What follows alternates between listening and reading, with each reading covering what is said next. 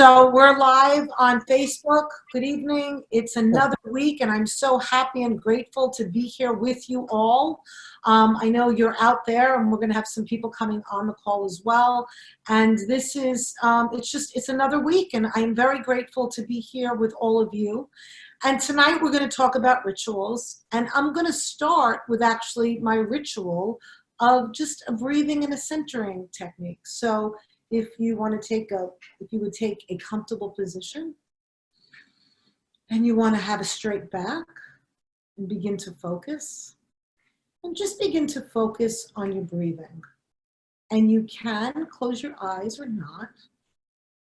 And you can take a big, deep breath in through your nose and out through your mouth. In through your nose and out through your mouth. And while you're breathing and focusing on the breathing, you want to really be here so that we can spend the next 45 minutes or so really focusing and being able to be here. And if distractions come, you can just acknowledge them and then return to centering yourself on what we're discussing. So I just see a member came. We're in the middle of doing just a centering breathing exercise. So we're going to center ourselves and just keep breathing so that we can all be here. Okay, great. And if your eyes are closed, you can open your eyes. And welcome. So tonight we're going to be talking about rituals. And I know I found myself this past week talking with a lot of different people about rituals, both on Zoom calls that I was on, in terms of with a lot of people that were very much interested in hearing more about what are rituals. And in my work with families, I have also been talking a lot and finding that rituals have been really important. So I thought what we would do tonight is I'd start with talking a little bit about explaining what I believe rituals are, what they do, how they function, how they've been challenged by this situation that we're in with COVID-19. I will talk a little bit about some of the ways that I have worked with families to create new rituals to deal with the challenges. And then I want to hear from you all in terms of what are you finding with the rituals that are working? What rituals have you had to change? Maybe you'll just discover that you didn't realize that your rituals are changing and you want to create new ones. So I would love to hear from you at the end, as well as take questions. And if you have any questions at all as I'm presenting, please feel free to just raise your hand, or you can put a message into the chat. And I think if you're live on Facebook, you'll also be able to pose a question there as well. And Debbie is going to be looking at and monitoring those. So what actually is a ritual? What do rituals do, and what are they, right? So what rituals are is some people talk about it as the glue that keeps families together. You know, if you think about your own memories, you think about kids talking, you can hear them say, you know, my family does this every Friday night. Or when we were younger, we used to do this every month, and this was really important. And it's a way of defining ourselves in terms of our family, our community, and there's also rituals that we do with ourselves. So I find that rituals set boundaries. They also help us transition from one activity to another. And what makes actually a ritual a ritual? So some of the characteristics that I think that rituals have is that, number one, they're repeated. They have meaning. So it's a little bit different than a habit, because a habit, like we brush our teeth, and that can be a habit. But I want to differentiate a habit from a ritual, because a ritual is something that we put special meaning on and that will have meaning for us. And we coordinate it either with other people in society, with our family, or even with our own thinking, and it's predictable. Any other aspects, and I'd love to hear from you guys a little bit later what you think rituals are. So in thinking about talking about rituals tonight, I was thinking about two different categories. One is the ritual that is routine, that we do every day, either with ourselves or with our families. And the other are rituals that take on a special meaning for a special occasion. And that special occasion could be a happy occasion or it could be a sad occasion. It really could be any occasion, even a religious occasion. So let me start first with talking about our routine everyday rituals, give some examples, and then talk about how I'm finding that this situation with COVID-19 has really become an obstacle for our rituals. So some of the rituals that we had prior to this pandemic is that everybody had their individual routine with going to work or bringing their children to school, whatever your day was like. So if you think about your day, now for some of you, maybe you actually worked at home, but my hunch is for many of you, that changed. So when you think about what it was before and what is it now, you're no longer going, for a lot of us, we're no longer going out to work. We are now working online. And so we wake up and we're at work. And for many people, they're not used to working from home. And so it becomes, there's not that transition. Now, for many of us, we have created a new ritual to make that transition from our personal home life to the work life. Some of us haven't done that. I'm still working on that. I know that that's really blended for me. I mean, before there was a little bit more of a transition where I left my house, and when I came home, I did some work at home, but not as much as I'm doing now. Now I'm doing all my work from home. And what does that do? You know, what's interesting, and I've thought a lot about this, especially as therapists, and I've talked to a few, they're working all the time. And it's so important for our mental health to not work all the time, to have that differentiation between work life and personal life, fun and work. And for many of us, our work is our passion, but we also need to take a break. So that's one of the routines. Another individual routine may be the transition. Let's say when you were going to work, you took public transportation and you use that time to kind of decompress from maybe the stressors at home or to think about and plan your day. And if you no longer do that, and you were doing that before, you don't have that transition time to really plan and to go. And some people have been able to say, okay, I'm going to go into this corner, into another room, and make that transition. Whereas some people haven't been able to, and we'll talk more about that. So that's the everyday transitions of the individual. Some of the ones for family, there were bedtime rituals. Think about, for those of you that have children or living with other people, what were your rituals prior to this pandemic, and what are your rituals now? I had a conversation with a family the other day where we talked about what bedtime was like because they didn't have a ritual anymore. Once everybody started to be at home 24/7, the parent working from home, the children were doing schoolwork at home, they lost that. They lost many of the rituals that they had prior because they were in the house 24/7 together. And they realized their sleeping was now interrupted. They were not getting good night's sleep. Even their eating was off. So one of the things that we talked about was the importance of putting back in new rituals so that they would have a bedtime ritual. The reading, maybe they were doing something a little bit different now than they did before.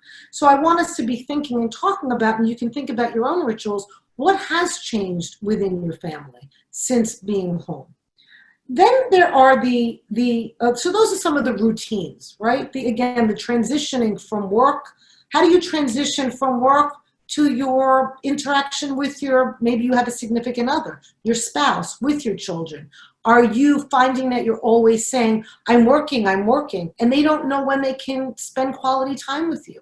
I know I had to do that with my daughter. I now give her my schedule. We never really had to do that before, but I give her the schedule even when I'm in the other room, and I say, okay, at this particular time, I'll be on a break, and we can talk to each other, or we can spend some quality time together. Making quality time where you can call up a friend. But when we're home, it's not, sometimes for some of us, it hasn't been that clear. So I think it's important that we think about that, and you think about that, and maybe give examples later. So that's the kind of routine rituals. Now I want to talk a little bit about the special occasion rituals, because I think this is one for me. that I see so many people are suffering with right now. There are so many losses that people are having, real losses through death. And I want to take a moment to talk about that, because the rituals that are associated when somebody dies, whether it's religious, whether it's cultural, whether it's family, we all have our rituals around that. And because of this pandemic and having to be physically distanced from people, we've had to make significant changes to those rituals. And one of the things that I think is so important is to acknowledge that. And I know I've worked with many people who've had deaths in their family, and they were not able to do their usual rituals. And that has really had an effect on the mourning process. Because the reason why religious rituals and cultural rituals and family rituals developed for the mourning process is because it actually matches and helps people through that mourning process. And now, with physical distancing, it's been removed. You know, for instance, in the Jewish tradition, people bury someone very quickly, and then they have what's called a shiva, where people come to the home, and the people that are mourning are surrounded by friends and family, and that can no longer happen. In other religions and in other cultures, they have parties at the cemetery, or they have big gatherings with families in funeral homes for several days. Sometimes it's a week of coming together and looking at the person in the casket. And that's not happening now. And so we first need to acknowledge that there's a huge difference and figure out what's going to work for those people individually. So one of the things that I've been doing with the people that I've worked with that have those kinds of losses is to say, okay, have a conversation with your family. What's going to work for some people? It's different for every family, and it's different for every member. And it's important to remember that it's okay if somebody wants to do Zoom calls and somebody doesn't.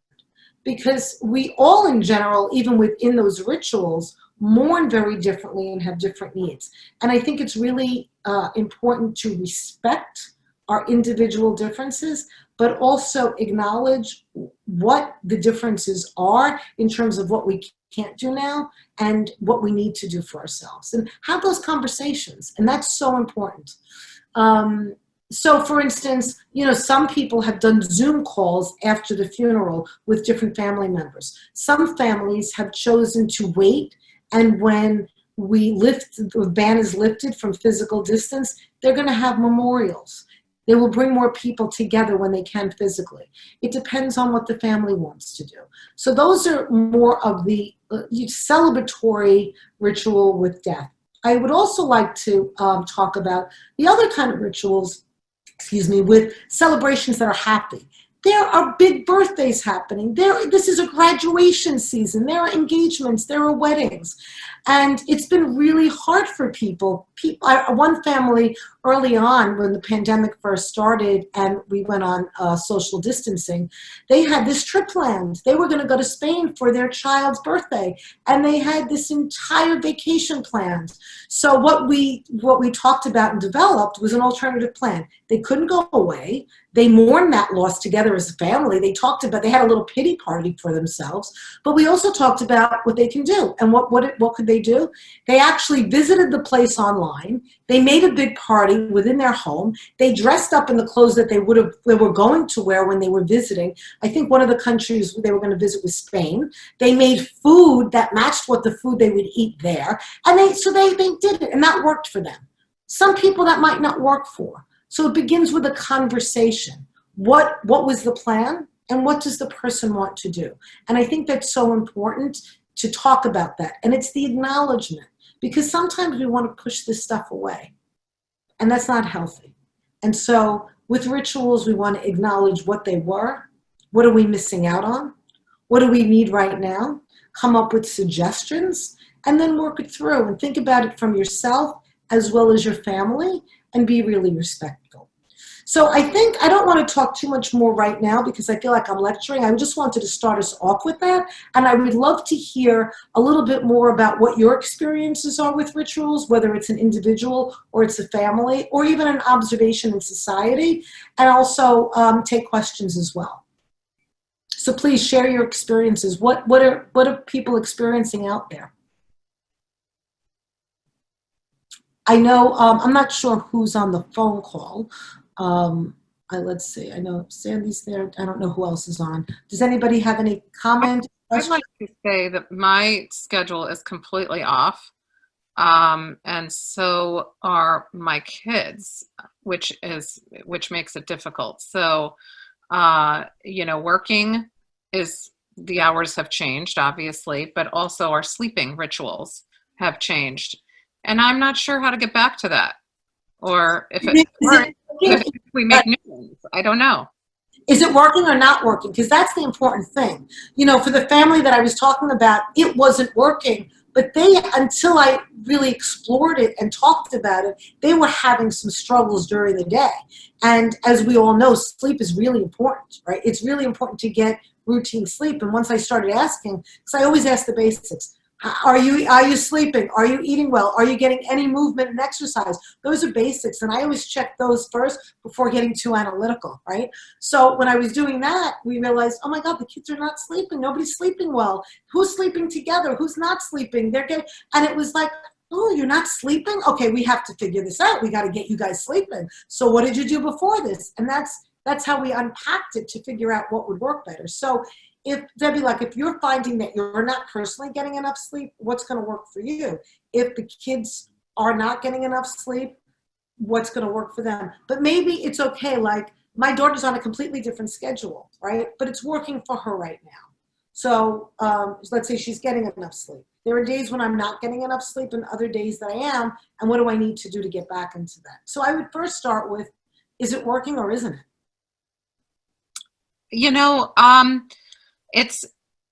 Here's what I would say. I think that it is working because everything's getting done that everyone has to get done. But I think that there's the whole psychology of one day we will go back to needing a schedule that is specific. And there's a little bit of a feeling of loss, or maybe a feeling of remembering that schedule and sort of missing that. I like structure.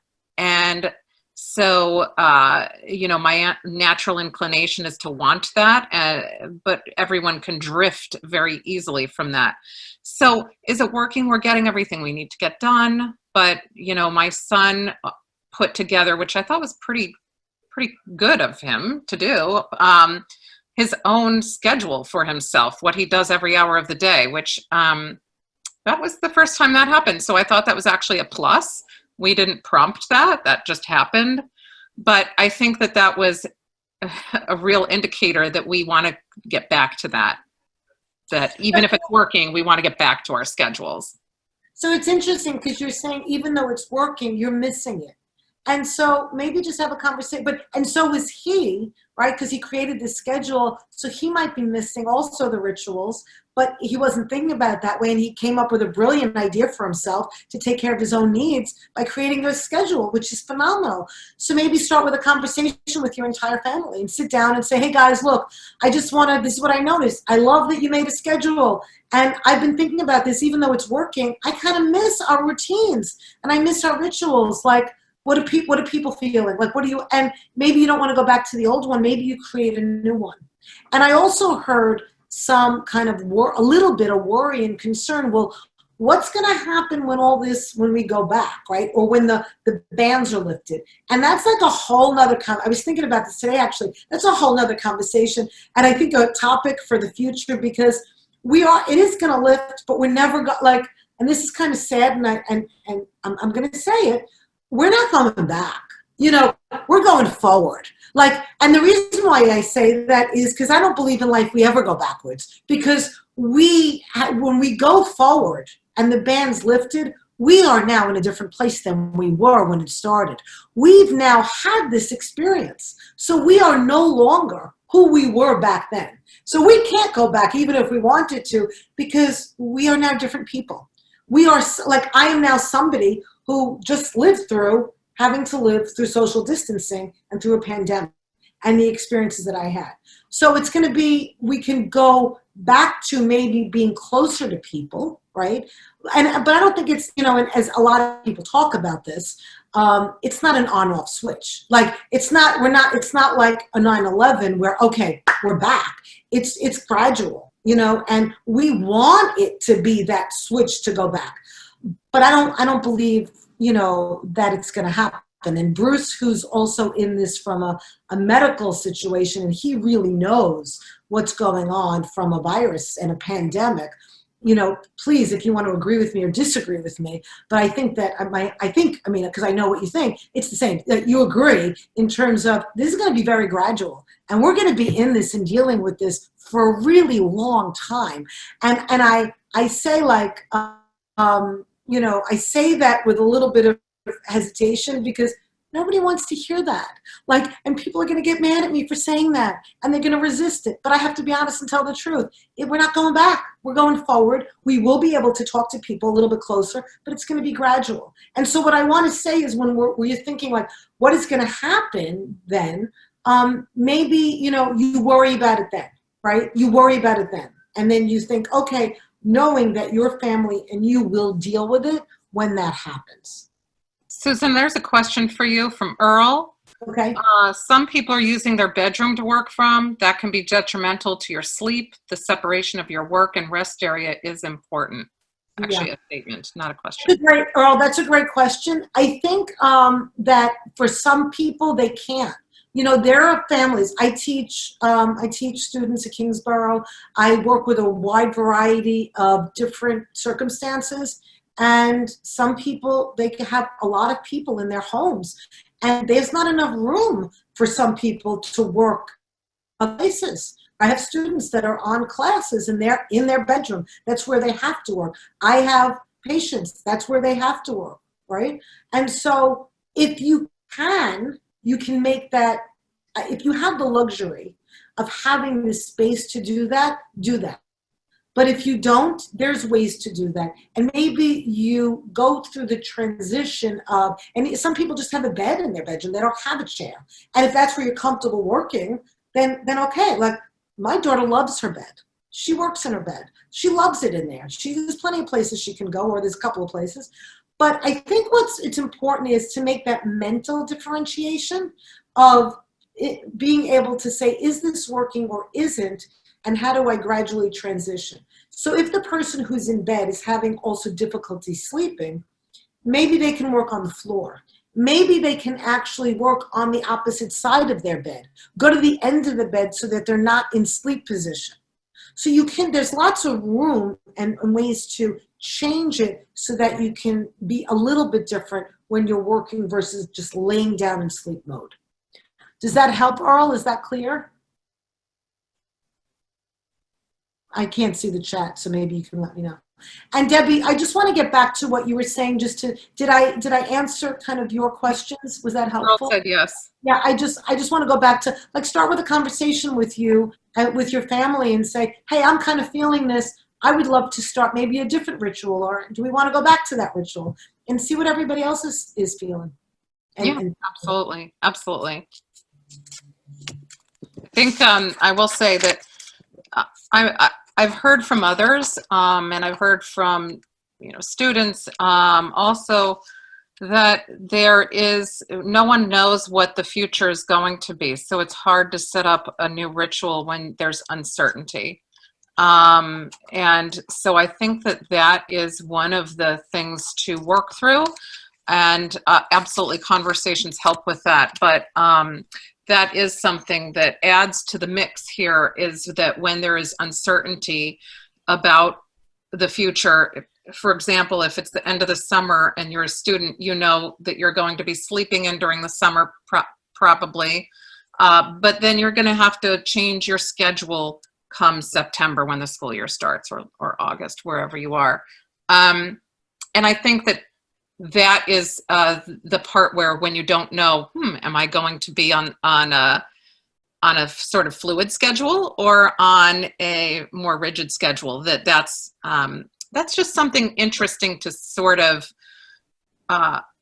navigate with yourself and families and others, because we haven't done this before. So what I would say to that is that if thinking about it and talking about it helps you to prepare, it's great, then do that. So, I think it's great that the students, the people, your family members, you're thinking, okay, so what are we going to do when this happens? And if the conversation is leading to preparation, that is wonderful. And you want to do it while it's having that function. The moment that it becomes not useful, not constructive, and not about preparing, that's when I say shift to stay in the now. Because what's the danger in that is that we too often, especially in these times, can get really anxious and perseverate. And it can become we can go down that rabbit hole of just thinking, oh my God, and what if? And I like to call it the what if game. And I might have talked about it on a prior call, but we want to be careful not to do that, right? So that if we are talking about something, again, where we're using it to prepare for the future, do that. But the second it becomes anxiety provoking or no longer constructive and it becomes destructive, stop and say, wait, I'm going too far ahead of myself. I will know that I will take care of it when I'm in that situation, and I will figure it out. And if I can't, I'll ask other people to help me. But for now, I need to focus on today. Because I think if nothing else, right, if nothing else, what this pandemic has really taught us and reminded us is that we have no control, right? Like, we could do the best planning. All of us had plans. I don't care if they were small, big, all of our plans just got taken away. Right? We could do the best planning, but it was a big reminder of how little control we actually have.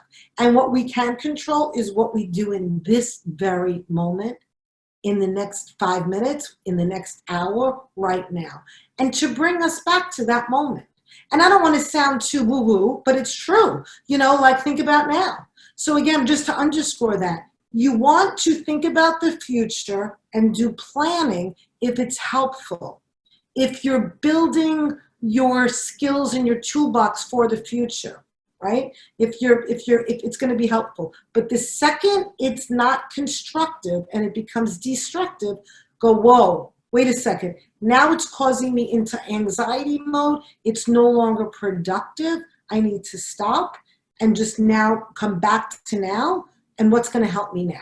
So Deb, I thought you brought up a great point about, do I begin to make rituals now when they may not be lasting? We don't know how long they're going to last. So create something. And even if it's for a week, if it helped you and it made you feel either connected to yourself and grounded, or if it allowed your family to feel more connected, you'll look back on this and go, wow, you know what we did while we were stuck at home? Every Friday night we did this. Wow. You know what we did when we were during the pandemic?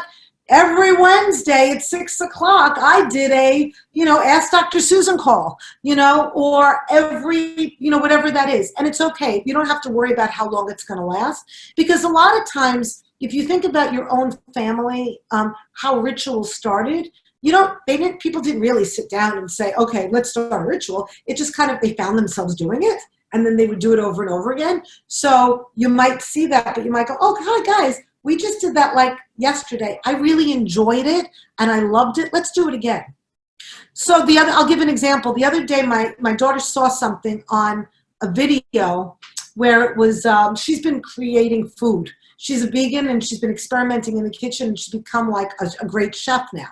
So she watched this video, because she's always on watching videos.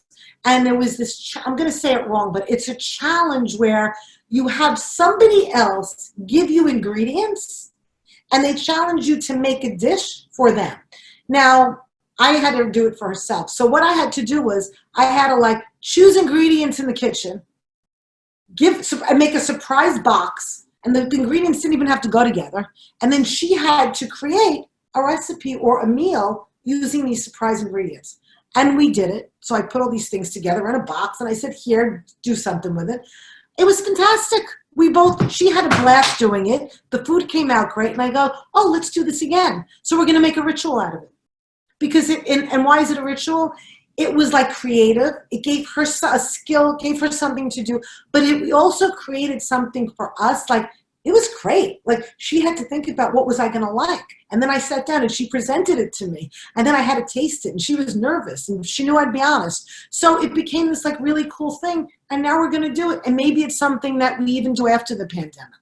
But maybe you create something that you're only doing while you're stuck at home. I think there's a couple of messages in the chat. I'm not sure. Okay, no, that was what was before.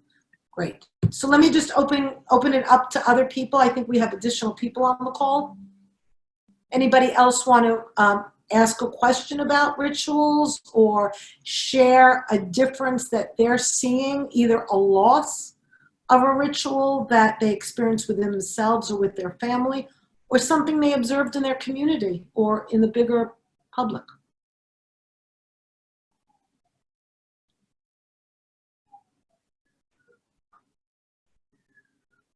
And if you don't want to talk, you can use the chat area.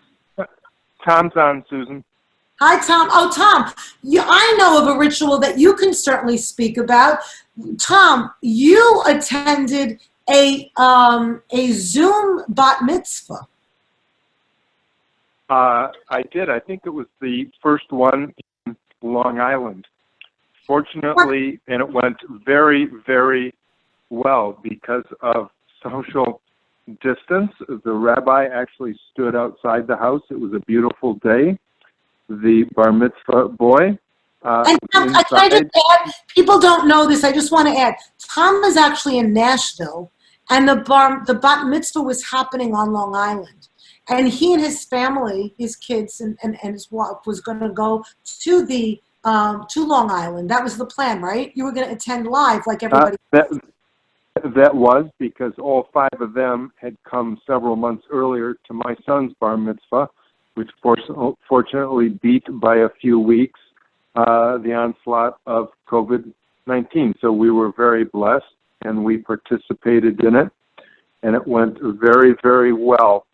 I think my overarching theme here would be, and this sounds sort of like a platitude, but our family's trying to turn lemons into lemonade. The school that my daughter goes to is a very small Jewish day school. Interestingly enough, Emily likes it. What the school has done, and I'm not sure I would call it a ritual, but is just an approach, is that oftentimes they wish that parents could come to see their daughters or sons do various things. The parents typically can't if they're working during the school days. What they do is in advance, they announce, several times a week, there are events that are meant to include parents in it. So in many ways, you're closer to your child in the sense that, they may be sitting in the same room, but you're seeing what the teachers have to say, what other kids are saying, and so forth. Similarly, I think we're also, particularly since I've lived in New York for 40 plus years and now live in Nashville, starting to keep up with people and have group meetings with people now. It doesn't matter whether they're a mile away, or 900 miles away. We just have groups of people, of the sort that you say, at some point I should call Jerry, Tom, Dick, Harry, whatever. And that's becoming again a bit of a ritual, which is good because it's challenging for me. And I'll turn the mic over to someone else pretty quickly. But when I left W-2 jobs, day jobs, whatever you want to call it, and went into 1099 and philanthropic endeavors, my sort of life theme was one of, frankly, social proximity. which kind of hit a wall here, given social, distance. So we're just trying to figure out, various ways to stay, involved with our kids. My son, and this is my last comment, unfortunately goes to a large public school, and they don't have a very good program. The Jewish Day School runs 9 to 1:30, has brief breaks, and actually even has, phys ed in the form of yoga and so forth. Whereas my son's school, he's in 8th grade middle school, is really they have remedial online classes, and they have sort of, I don't know, I hate to use the word gifted child, but they have gifted child programs, again, voluntary, and my son doesn't really volunteer all that much. But those are kind of some rambling thoughts of, things that we've done. Some are rituals, and some are just improvisation to get us through another day and week. Tom, great. I have a question for you, because I know the family that did the bat mitzvah chose to do it. I saw some of the pictures. They chose to do it remotely. They had the rabbi in another room. It looked like they got dressed up in their clothes that they had planned. Yeah. Do you know how they felt about it afterwards? Were they happy that they did it that way? They were ecstatic, because they thought, first of all, plan A was we should postpone this maybe, and then they realized that would be a long time coming, and said, well, let's just try this. And fortunately, the father of the bar mitzvah is a very tech savvy person, and it really there wasn't a single glitch of any sort. It was good weather. The rabbi, the cantors, they were all very excited because it was their first one, and they felt like a door was open. So, in a sense, it was very serendipitous for everyone, involved. And frankly, there were some elderly family members that real world, even in good times, probably would not have made the trip that could participate. Right. So spectacular. Right, and what I love about that, it's such a great example, and it goes to what you're saying about making lemonade out of lemons. So what this family did was that they had conversations about it, right? So they were like, but probably I can imagine what the conversation was like. Oh my goodness, we have this plan. It was probably planned for a really long time. I know, especially on Long Island, you have to get a date years in advance, right? So they've been planning this special occasion for a really long time. And then to have it where, oh my God, we're not going to be able to have this. They probably acknowledged that, wow, we feel really bad about this. And then they went to the next phase of, all right, so what do we want to do? This is still a special occasion. We can either not have it, or we can do it in a different way. And so I love that, because that's a true example of acknowledging that there's a need for this, that the ritual is actually being taken away to some degree, but then they change it. And they did it just in a different way. So they were able to come together. And, it's really extraordinary, because in many ways, it's going to even have more meaning for them in the future, because it was so different, right? And right. And I think it also speaks to, I know the media and a lot of people use the term social distance. I tend to not use that. I don't like that term, because we don't social distance, we're physically distancing. And I think that was a really great example of how they didn't allow themselves to socially distance. They were physically distanced, but they still came together socially to have the ritual of this bat mitzvah. And yeah, not everything went the way it was planned, but they made some exceptions and differences, and they found a way to do it differently. And so I think that's really important, and I think it's great.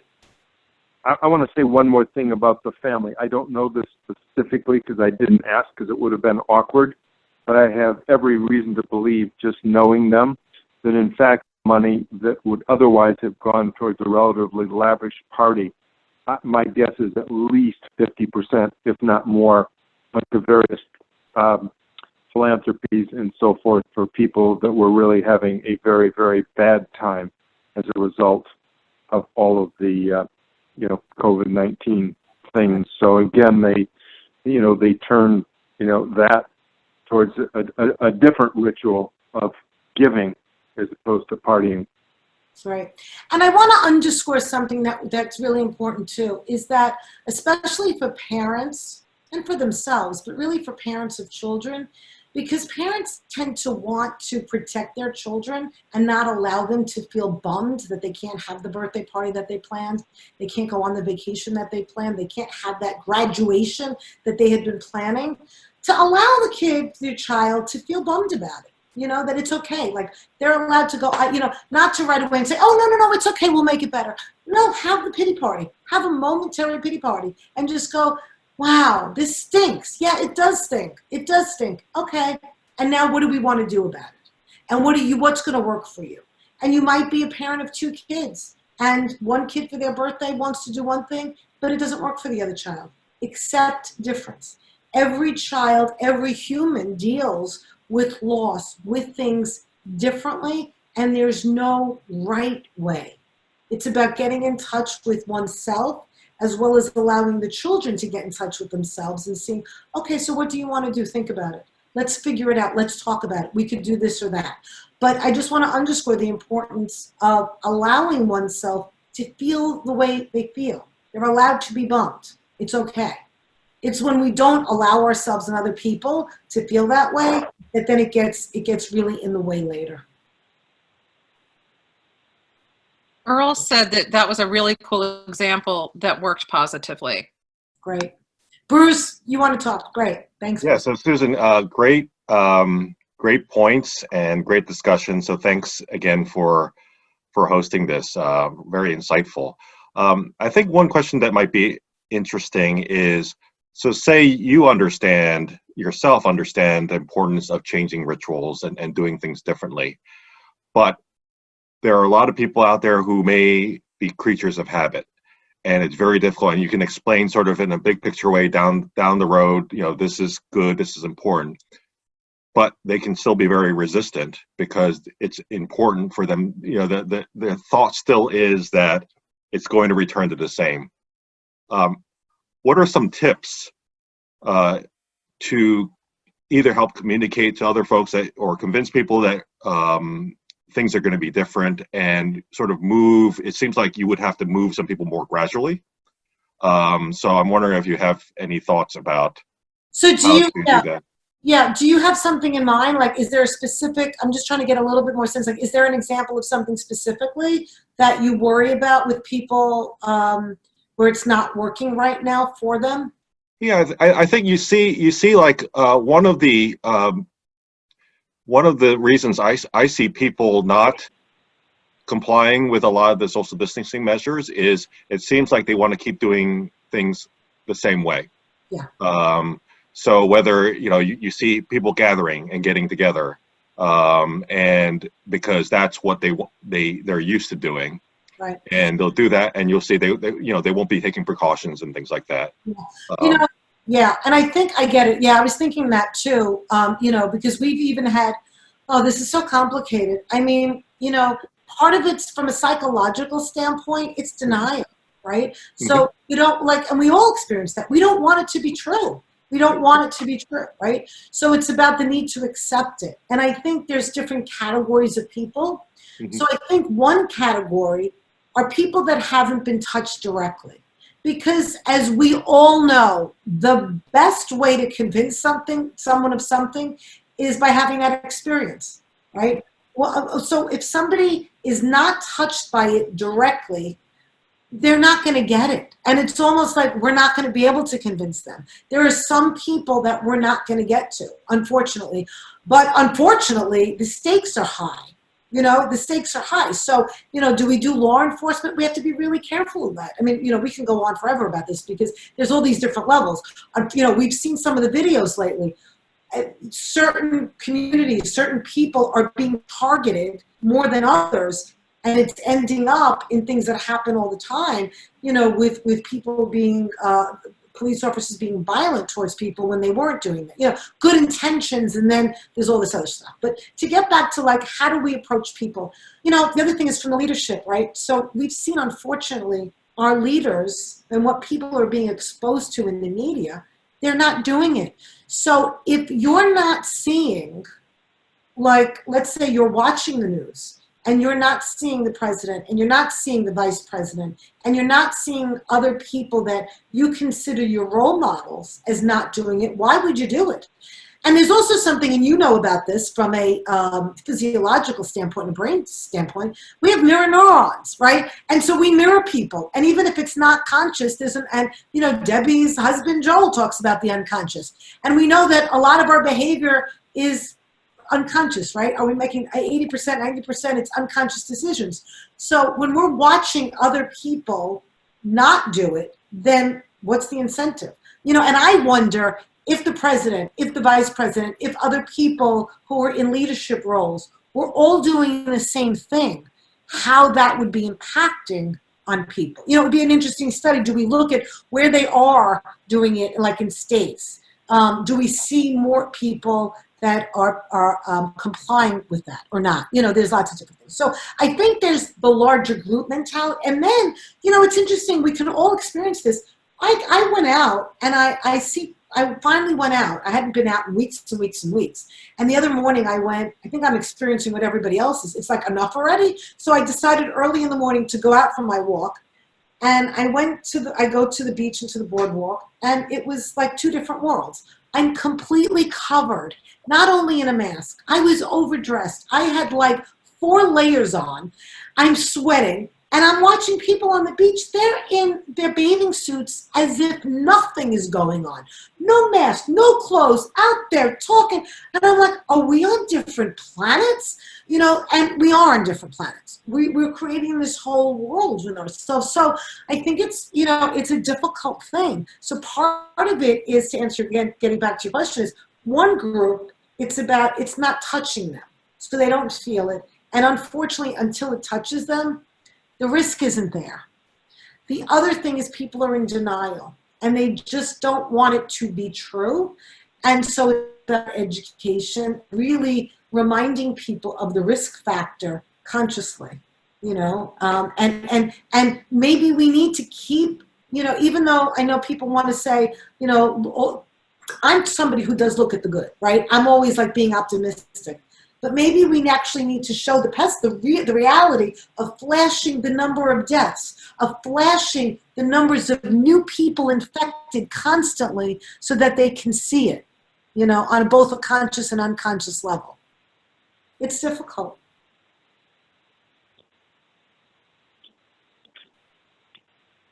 Do you have any ideas, Bruce?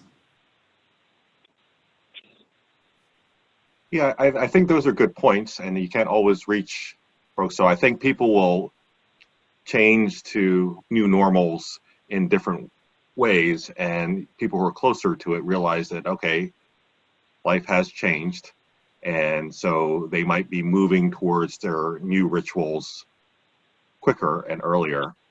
Right. So, yeah, helping people understand that this touches everyone.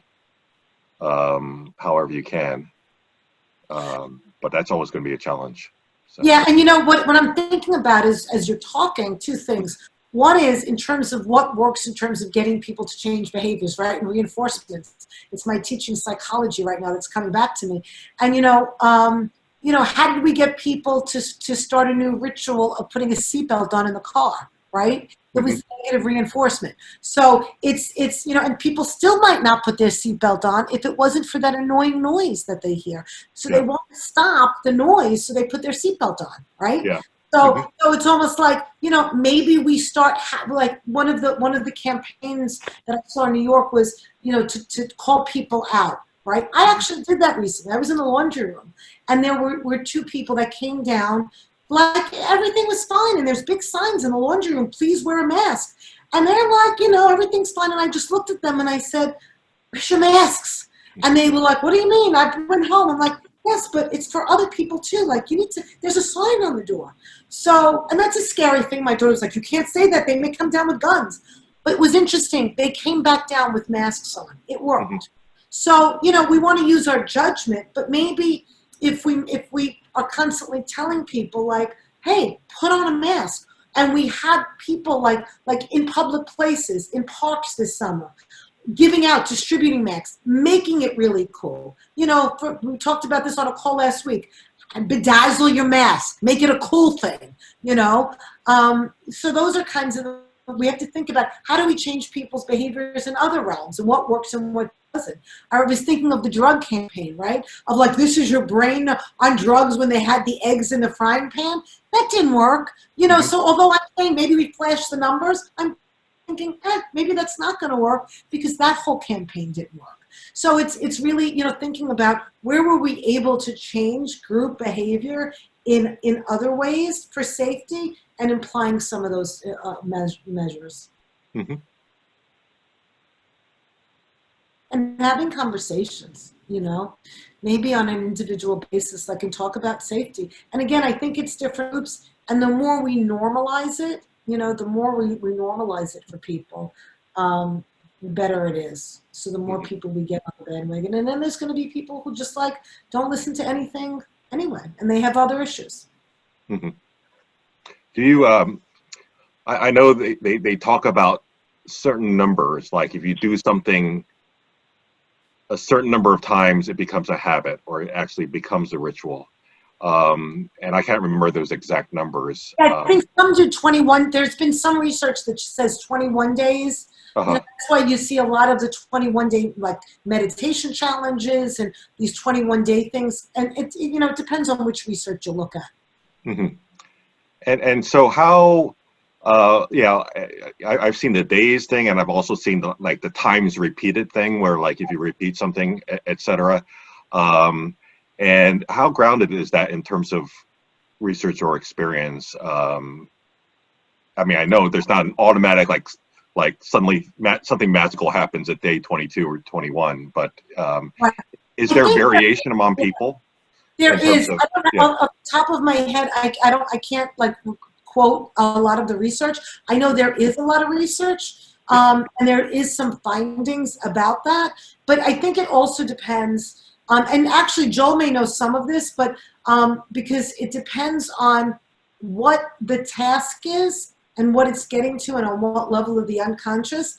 And then for some things, if you don't do it, it may stop. And my hunch is it's also connected to what are the rewards, what are the gains, and what are the losses and what are the risks and the challenges if you don't do it, right? So like how high is that? So for instance, if you, like right now, the risks are pretty high if you walk into a hospital, and you have sick people sneezing on you and you're not wearing, like they're not wearing a mask, it's death. I mean, like, or it's illness, right? But if it's that, well, I mean, feel good for a day or something. So I think there's, things about that, and there's a lot of factors. But it would be good. It would be interesting to look at that research to then do public campaigns about what would work. And maybe we do it like a 21-day challenge of wearing masks, or who wears it the most, or who has the best looking mask, or we do contests around that, or essays, or like if we're having trouble with kids, maybe they do media campaigns or write in essays. Contests are good. People love competition, right? So maybe we for some groups we impart competitions and contests and look at the rewards and reinforcements, because as you probably know, reinforcements work better to get a behavior to repeat usually than consequences and punishments do. So I know there's a lot of research that shows that. And if you even think about yourself, right? And I always give this example, if you go to work every day and your boss tells you all the things that you did wrong that day, how are you going to feel, right?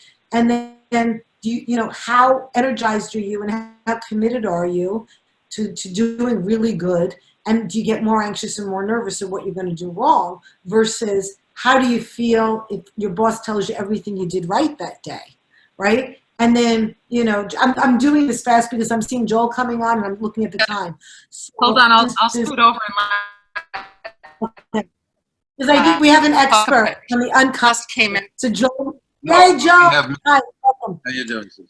Good. So we're talking about the whole, like, how do you get people to, let's say, wear masks or physically distance themselves? You hit 'em with a stick. And Bruce talked about, like, questioning about the research, and we were getting into that, like what works, and so we were going off on that. So what do you find in terms of what's most helpful, or what the research shows around getting people to change their behavior? Are you trying to get them used to it, or you're trying to convince them to do it? Good question. Bruce? I think since we're talking about rituals and we're talking about how to establish new rituals, I think it's how do you make how do you get them into new habits, get people to do. All right, so you're assuming that they're into doing it, not that you Well, no. I think he was talking about the group that's not into doing it. So it's more in the convincing. So it's not a question then, Bruce, of a ritual, because you're right. If you make something into a ritual and it becomes automatic, you'll start doing it without thinking about it. It moves from conscious and effortful to unconscious and effortless. Mhm. But if they don't want to do it in the first place, you're asking a whole different set of questions, which would require me to know why they don't want to do it in the first place, and then what kind of convincing I could do. So one way, if we're talking about masks, what's going on now is wearing a mask, and I'm speaking psychologically, but I'm going to speak it lay as well. It's become political now to wear a mask.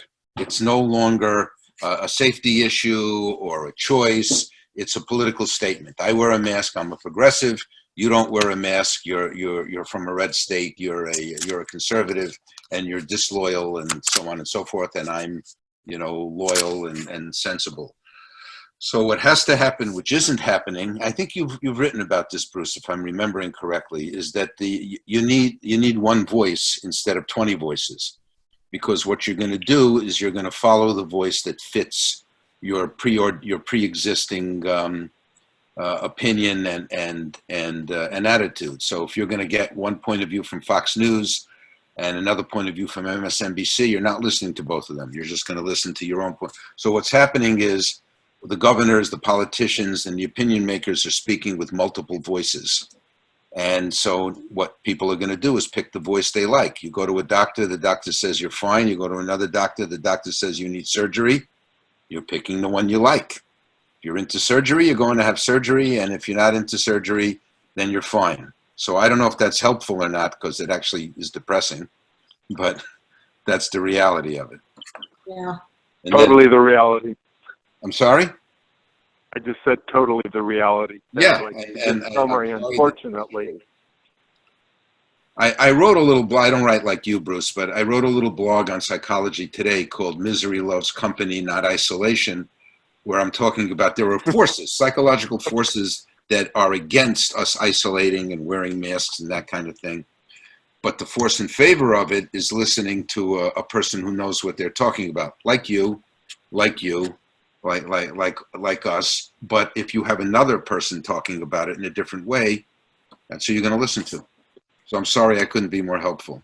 No, that was great, Joel, because we talked about that a little bit before, but you articulated it really well in terms of, and bringing the point of it becoming like who you believe that you represent. And there's another belief system so it's not about the mask.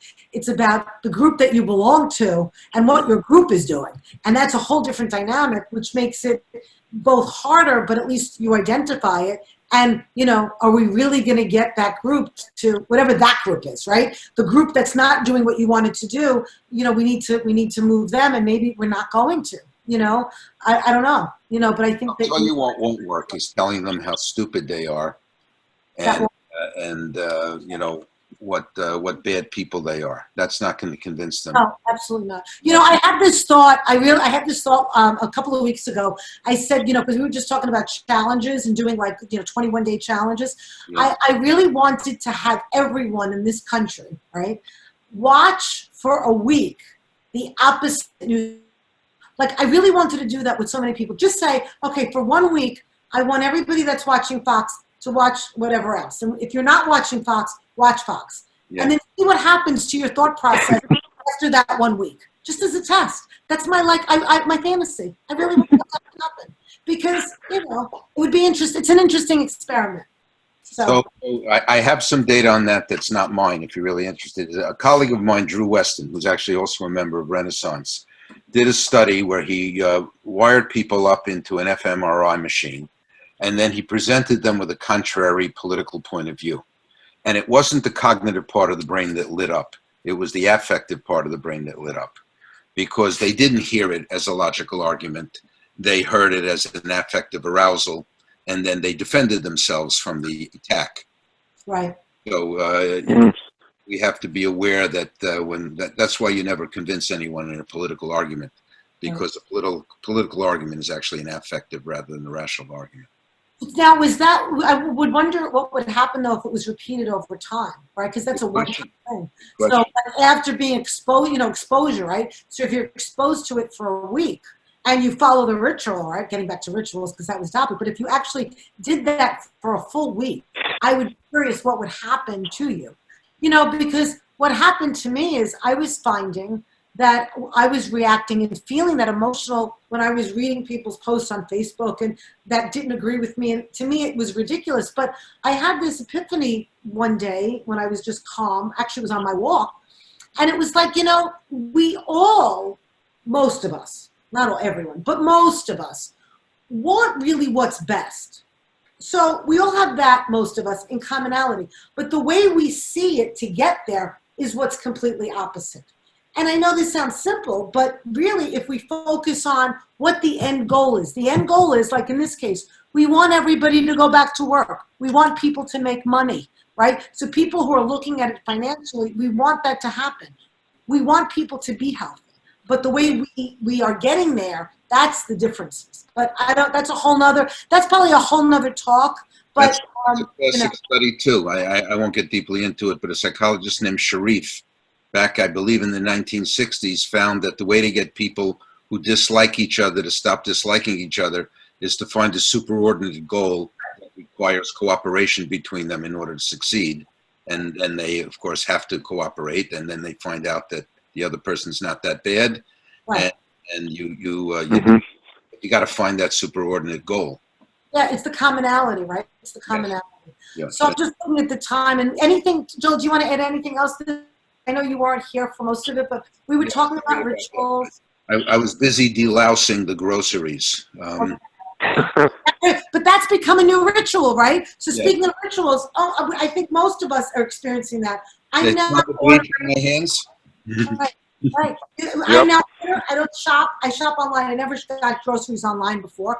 I have a ritual, right? It comes. It stays out of the apartment for like hours. It comes in. It makes its way for different hours. Washing. These are all different rituals. So, is any last questions before we end? Just because I know we're out of time. So yeah. Thank you. Thank you for. Thank you, Joel. Thank you for your expertise. Any Joel. other comments or questions? Sorry, I didn't know the other person, but fine. Any other? Thank you, Susan. Oh, thank you, Tom, all the way from Nashville. And so I just want to remind everybody, thank you so much for being on this call. If you have any topics that you want in the future, or you want to explore anything with me further, you know how to get in touch with me.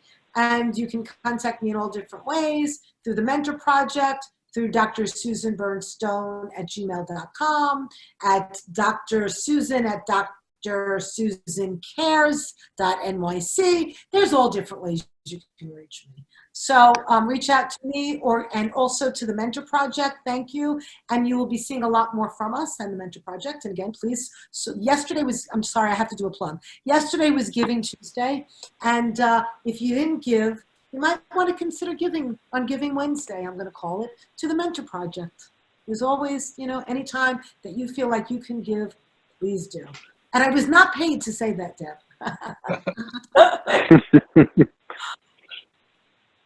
Thank you, everyone. Have a great week. Thank you. You too. Safe, wear your masks, and develop new rituals.